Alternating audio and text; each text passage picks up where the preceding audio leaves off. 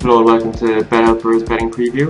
The game we're going to be looking at today is Paraguay versus Slovakia, scheduled for the 20th of June at 12:30 p.m. So it's going to be the early kickoff here on Sunday. The venue is Bloemfontein, so we're going to be at altitude. So again, that's worth noting.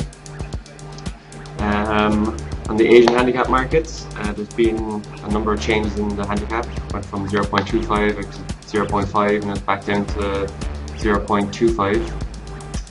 Paraguay are the ones giving up the handicap here, so they're minus 0.25 now, while Slovakia are plus 0.25. Obviously, what's happened here is that there was a lot of support out of Paraguay at the 0.25 market, and then the handicap increased, and then there was significant support for Slovakia at the 0.5 handicap.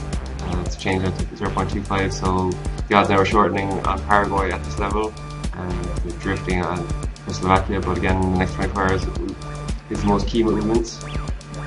The unders and overs market went from handicap went from 2.25 down to 2, so they're not expecting goals there, and even it's drifting at 2 handicap, so yeah, it doesn't look like they're expecting many goals there at all. Looking at the bet exchanges, the odds in Slovakia have shortened. They were 4.1 at the start of the week, they went to 4.3, they're down to 3.95, so there's support for them there. Paraguay have drifted, went from 2.12 to 2.22, so they're drifting slightly. And meanwhile, the draw stayed stable at 3.3, so that hasn't changed a bit. The unders and overs, the over 2.5 pro market is at 2.8, and it hasn't changed all week, so it doesn't look like they're expecting many goals there in betting exchanges, given that 2.8 is a pretty high odd for that. In terms of percentages met at the betting exchanges, it's still a pretty liquid market. It's only 210,000 after being matched at the betting exchanges. That will go up to a few million before kickoff, probably around 5 or 6 million mark. But so far, that 210,000 that's been matched, 13% has gone in Slovakia, so not a huge support for them. 71% has gone on Paraguay. It was as high as 77% earlier on in the week, but again, that was even smaller, as about half the amount matched, only about 100,000 at the stage. And the draw is 16%, it was 14% earlier on in the week, so there is a bit of an increase there, but again, it's too early to make a final judgment. By tomorrow, an hour before kickoff, there will be millions placed on it, so it will be easier to get a market outlook on that.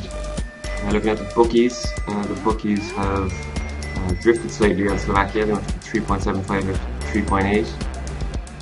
They've been stable on Paraguay. They're 2.1, and they still are at the moment. And even the draws drifted slightly from 3.2, and now it's up to 3.25. So it stayed stable. And the unders and overs market, the over 2.5 market, is 2.6 at the moment. So it's been like that all week. So again, it's another high odd market, so they're not expecting goals at the bookies either. Looking at the form, Slovakia have an average form. They're 1-2, drawn 2 and lost 2 of the last 6 games. And their last game out in the World Cup was against New Zealand, where they drew 1-1. Definitely should have won that match. I don't think New Zealand deserved to score, but good to see a footballing country with that a great history of World Cup competition actually getting a positive result. They actually picked up their first point in a World Cup, beat New Zealand in that. And looking at Paraguay, average form as well, nothing explosive. And they have 2 wins, 3 draws, and 1 loss in the last 6 games. Last game against Ireland, of all teams. They drew 1-1 with Italy, where they performed really well against the reigning champions. So it's a very decent performance there. Had chances to win it. They also could have lost it as well. It was a pretty tight game. This would be the first meeting of the 2 sides, so bit of history being made here again. In terms of streaks, Slovakia have lost 6 of their 10 games against South American nations. Not the best record there. 6 of the last 10 goals conceded by Paraguay have come from set pieces, and even the goal against Italy that they conceded was a set piece, and even though they scored it was a set piece as well, so look out for set pieces in this one. Paraguay have only 1 win in 12 versus European countries at the World Cup. They've lost 6 and drawn 5, so maybe a draw might be something to look at here. Paraguay have lost their second game in the World Cup in 2002 and 2006, and both games against European opposition, so not the most concrete streak to look at, but it is something worth noting. The last 47 games involving Slovakia all have had goals in them, so it's not going to be a nil-all draw, hopefully, anyway, judging on Slovakia's ability to score and their ability to chip goals. In terms of the rankings, Slovakia are ranked 31st in the world Slovakia are ranked 24th in the world by FIFA, where they rank 48th on the ELO rankings. So not in the best of form there, going by their only 2 wins in the last 6 games. Meanwhile, Paraguay are 31st in the world according to FIFA, where they rank 23rd according to the ELO rankings. So I think that's based off their World Cup qualifying in South America, where they would have picked up more points given that they're playing really good teams, and they actually managed to pick up a few wins there. Looking at the ref in this one, he's Eddie Mallet from the Seychelles. He actually reffed the game earlier on the World Cup. He reffed the Honduras vs Chile game. He gave 3 yellows in that game, so it plays in with his average. He's reffed 50 games, giving 176 yellows, giving an average of 3.52 yellows per game, so it's nothing extraordinary there.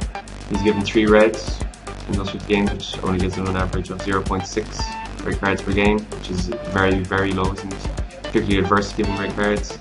And he's only given 4 penalties, which gives him an average of 0.08 penalties per game. Again, that's a very, very low stat. It seems to be adverse to making any big decisions like that. The only injury worries is Skirtle for Slovakia. I'm not sure if he'll make it or not, but hopefully he will, to see a quality player playing. In terms of goals scored and qualifying, Paraguay scored an average of